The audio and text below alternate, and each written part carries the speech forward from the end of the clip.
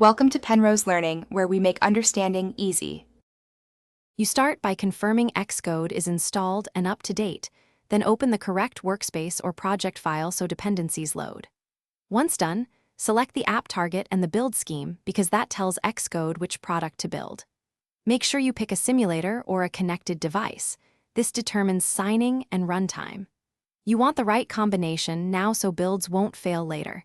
Take a moment to verify provisioning if you plan to run on hardware. Next, you perform the build and run steps. Clean the build folder to remove stale artifacts, then press Command-R to build and launch. If the build fails, inspect the report navigator for errors and warnings so you know why. Make sure code signing and capabilities match your provisioning profile. Mismatches stop installs on devices. While the app runs, enable breakpoints and watch the console to understand runtime behavior and quickly iterate on fixes. To complete a session, stop the app and review logs or crash reports in the Devices and Simulators window so you capture context. Once done, you can profile with instruments to find slow code or memory leaks, which explains why something lagged. If installation or inexplicable build errors persist, try deleting derived data and rebuilding because cached artifacts often cause ghost failures.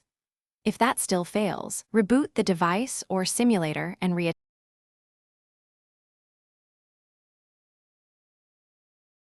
Thanks for watching. If this was helpful, leave a like and consider subscribing. See you next time.